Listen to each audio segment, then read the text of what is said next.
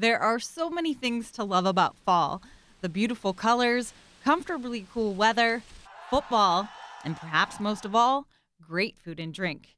And for many of us, apple cider falls at the top of the list for tasty autumn drinks. But what all goes into making a good glass of apple cider? Does weather play a role? I'm meteorologist Heather Buckman, and we here at AccuWeather decided to investigate. And our search didn't take us too far. In fact, we headed right down the street to Harner Farms here in State College, Pennsylvania. Harner Farm has been around since 1945 and has been making apple cider for about 35 years now. To learn more about this delicious drink and how it's made, we met with Chris Harner. It all starts with apple picking, and that's done starting in July, with some varieties, and continues up to about October. So once the apples are in and we have a nice blend is when we usually start to think about making cider, and it's usually mid-September. After the apples are picked, they're put into a hopper, which mixes them to get a good, even variety.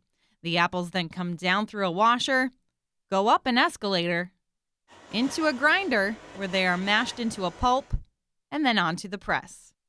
The Harners have what is called a rack and cloth system, where a cloth goes on top of each rack and the apple pulp is spread over each cloth. A hydraulic press is then used to squeeze out the juice. They'll run the press up and down 3 or 4 times to get as much juice out as they can. Then they empty the cloths out, pump the juice over to their jugging facility, and bottle it up. The cider is then ready to be sold. What is left of the apples after the press is usually given away and used to feed animals.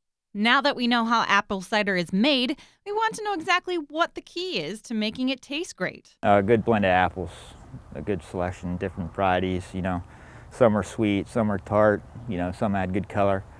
So just a good mix. And as it turns out, the weather does influence the taste as well. Weather has lots of impacts on the apples. Flavor for one, if it's too wet, they don't have as much flavor, but they're juicier. If it's too dry like this year, in the summer months they're not quite as juicy, but they taste better. So there you have it, the secrets behind the making of some great apple cider and how weather actually plays a role. For AccuWeather.com, I'm meteorologist Heather Buckman.